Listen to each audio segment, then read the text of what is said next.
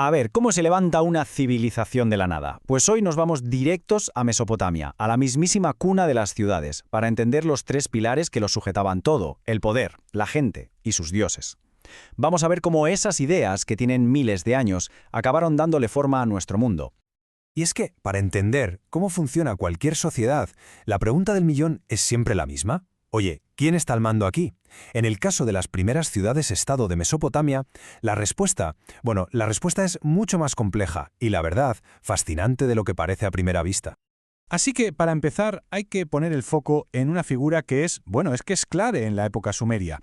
Una figura que lo concentraba absolutamente todo el poder en sus manos. Hablamos, claro, del Patese.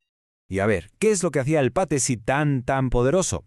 Pues que no era solo un rey, ni tampoco era solo el sumo sacerdote. No. Eran las dos cosas a la vez. Y claro, esa mezcla, esa fusión de poder político y divino, le daba una autoridad prácticamente absoluta sobre todos y cada uno de los aspectos de la vida en la ciudad.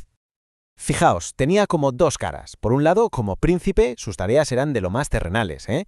Tenía que organizar la defensa, impartir justicia, gestionar cosas vitales como los canales de riego. Vamos, el día a día.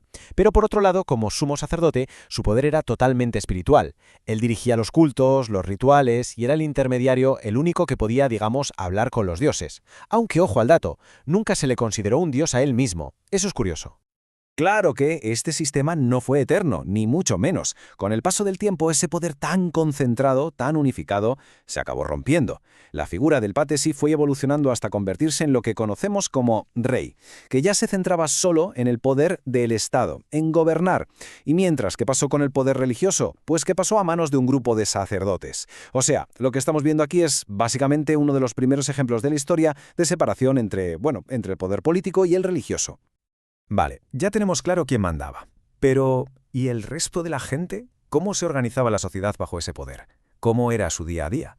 Pues la respuesta está en una pirámide social que era de verdad increíblemente rígida. 3. Quedémonos con ese número, porque es la clave de todo. La sociedad mesopotámica estaba dividida en tres grandes grupos, y cada uno, por supuesto, con sus propios derechos, sus propias obligaciones y con muy poquita posibilidad de pasar de un grupo a otro. Arriba del todo, en la cúspide de la pirámide, estaban los señores. ¿Y quiénes eran? Pues el rey o el patesi, su familia, los altos funcionarios, los sacerdotes, la élite, vamos. Y su poder no era solo político, también era económico. De hecho, controlaban casi todas las tierras y, lógicamente, vivían de los impuestos que pagaba todo el resto de la gente. Un escalón más abajo nos encontramos con el pueblo. Ojo, eran personas libres, pero no todos eran iguales. Había como un grupo intermedio, donde estaban los comerciantes, los funcionarios, sobre todo los escribas, que eran súper importantes, y que tenían bastante influencia.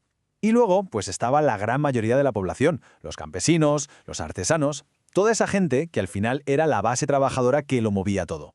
Y llegamos a la base de la pirámide. Ahí estaban los esclavos, y este dato es bastante fuerte, pero es que eran incluso más numerosos que en el antiguo Egipto. Algo importante, no se nacía esclavo. Se podía acabar así por ser prisionero de guerra o algo tan común como no poder pagar una deuda. Legalmente no se les consideraba personas, sino una propiedad, pura mano de obra para los trabajos más duros y peligrosos. Ahora, una estructura social tan rígida necesita algo que la sostenga, que la justifique, ¿no? Y en Mesopotamia esa justificación venía de arriba, de los dioses. Así que para entender de verdad cómo funcionaban, es fundamental preguntarse en qué creían, cómo esa fe que tenían le daba forma a todo su mundo.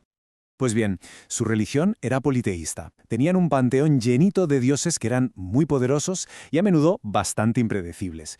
Entre los más importantes, pues mira, estaban Anu, que era como el dios del cielo, el padre de todos, Enlil, el dios del viento y de algo tan crucial como las crecidas de los ríos, la diosa Istar, que era súper compleja porque era diosa del amor pero también de la guerra, y luego Marduk, que con el tiempo acabó derrotando a los demás y se convirtió en el señor de los dioses de Babilonia. Por eso mismo, los templos no eran un simple lugar para rezar. ¿Qué va?